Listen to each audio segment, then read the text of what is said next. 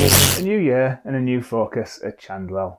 At the end of this year, I want to have most of this part of the layout complete, the station end. I've performed a little bit of baseboard surgery on something that's been annoying me for a long time. I've finally finished the platforms after about 18 months since I started, and I've started to use paper mock-ups to show how I want the buildings down this end of the layout to work. So let's take a look at what I've been up to on Chandwell in January.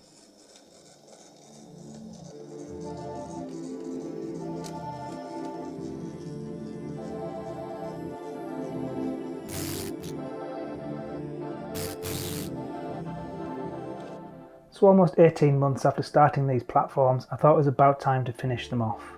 I covered them in card, which I showed in the previous video, and I've stuck Scalescenes textures on top. I've not fit it correctly at this end. I've covered some parts of the bare card in sand, stuck down with PVA glue, and I've left holes here and there to fill in to try and make look like puddles.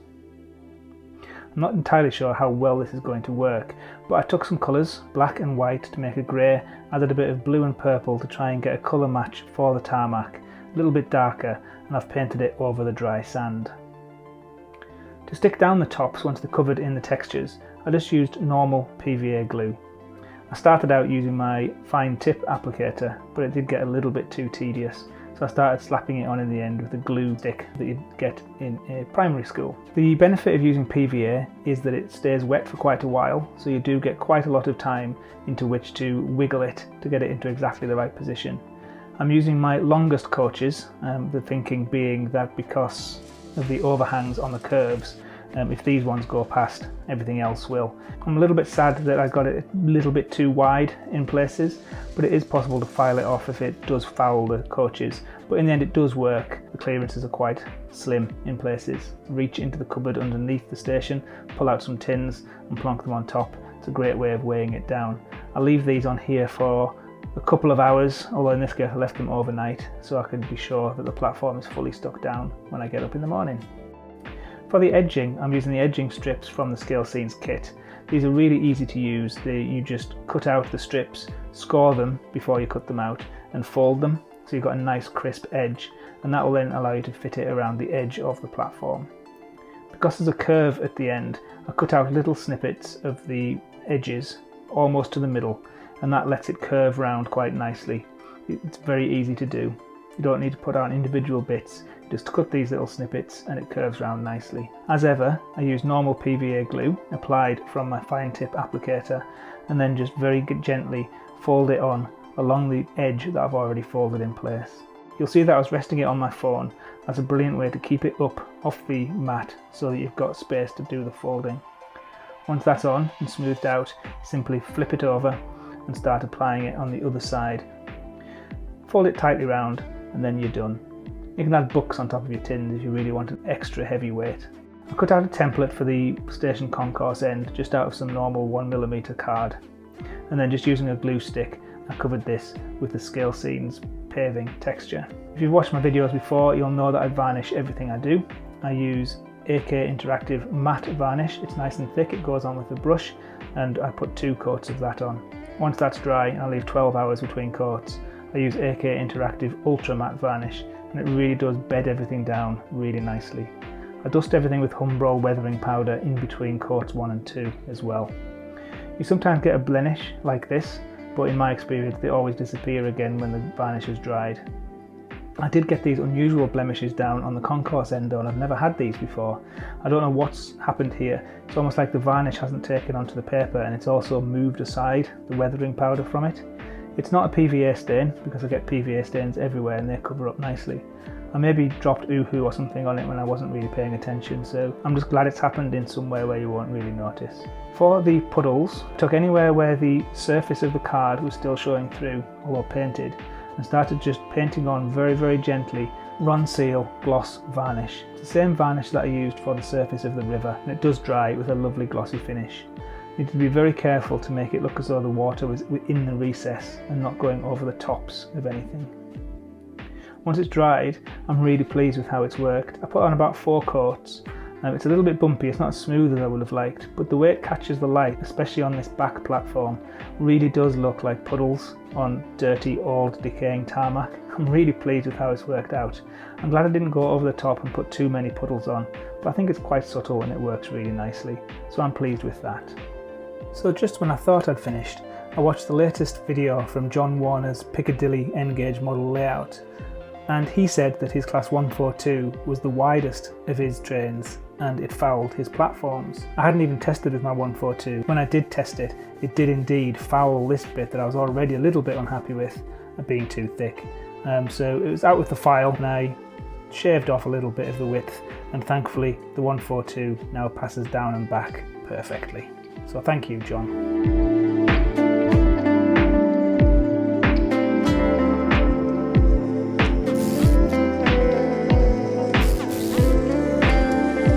I've always been a little bit unhappy with this bit of the baseboard here, behind the station and in front of the back scene.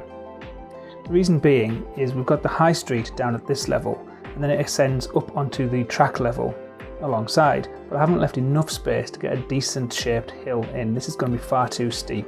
It's going to look quite unnatural if I put some kind of retaining wall around there. I want the height of the baseboard to go from the high street to about 4 centimetres above track level down at the other end. I'd like to do it in a much more gentle slope. So there's nothing for it, I'm going to have to get rid of this bit of the baseboard. Now it's stuck down quite well and it's on solid foundations, so I've got a selection of tools. I started with a saw, just tried to saw through the double layer of 3mm ply which was glued and screwed down to the baseboard on solid wood supports. Those supports took quite a little bit of effort to get through, and once we got rid of the top, a little bit of hacking at it with a knife helped as well, and eventually we got somewhere. This bit was a particular challenge. It was screwed from underneath and it was glued down onto the top of the baseboard, so there was nothing for it other than to use a chisel and a hammer. Destroyed the wall a little bit behind it, but we got there in the end. And what we've got left with is this much more pleasing gap where I can have a much more gentle hill going from the level of the high street up to track level and then onwards to above track level at the other end of the layout.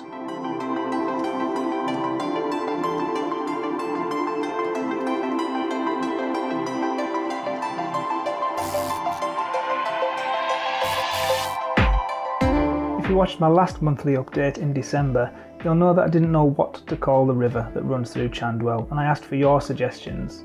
Thank you very much to the 20 people who made suggestions for the name of the river.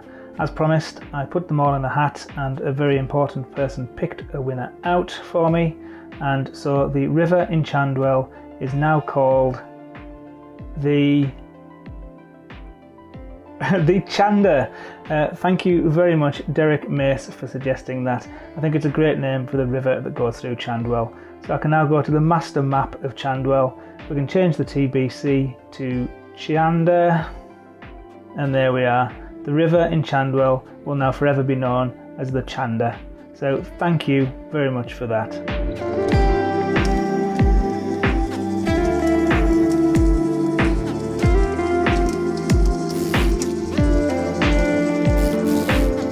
What about the station end then? So I have started mocking up my ideas, and they're still in the infancy yet of what it's actually going to be like. But my main plans have started to appear made out of paper mock-ups. I always use paper mock-ups. It's very cheap.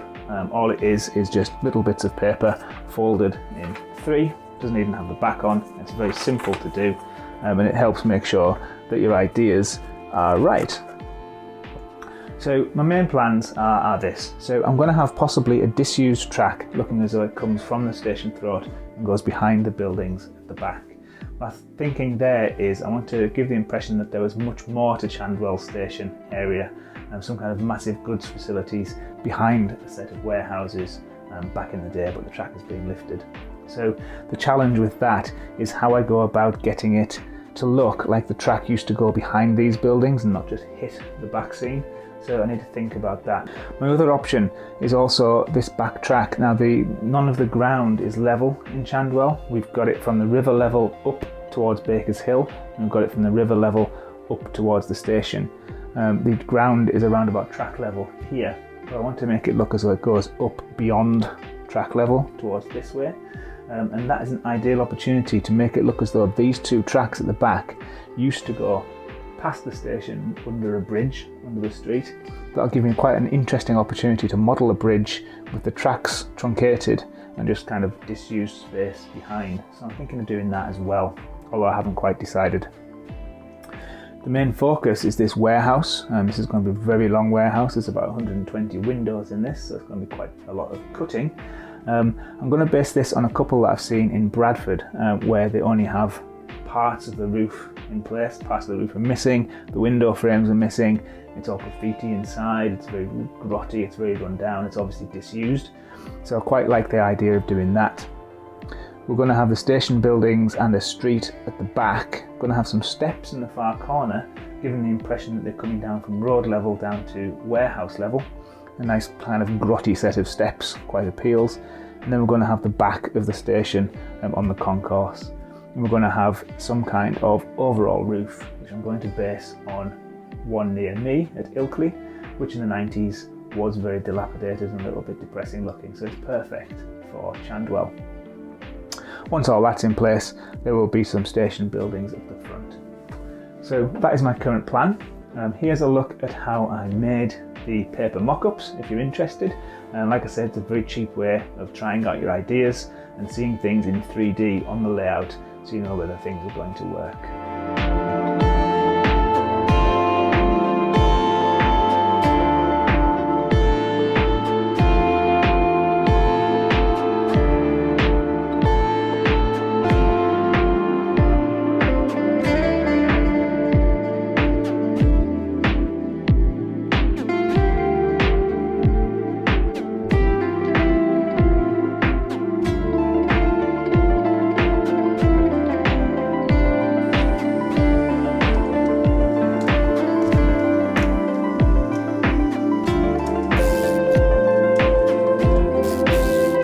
I've been putting off thinking about Chandwell station roof for a long time because I wasn't really sure what it was I wanted to do. On a previous video, I think it was Chris Carter at 4 Oak Street, who said that I won't really know what to do until the buildings are in place around it. I was thinking on that and I wondered whether it wasn't the other way around. I wondered whether I should get the roof in place before I understand whether the buildings around it would suit the overall look of the layout that I'm looking for. I thought I'd have to go down the route of using some kind of plastic or laser cutting rather than my usual hand-cut card, but I just tried making my own trusses in Inkscape and seeing if I could cut them out, and I'm pleased to say that I could. I think it's going to look well. A canopy like this, based upon one near where I live in Ilkley, which was a lovely dilapidated affair back in the 1990s based on photographs, I think I'm going to be able to make it. So that's what I'm looking at next, and hopefully my next video will show the completion of this station canopy, which is going to go most of the way across the top of the station. Please use the comments below and let me know whether you prefer to see more of me designing the station roof in Inkscape or whether to see more about the techniques that I use to actually construct it out of card.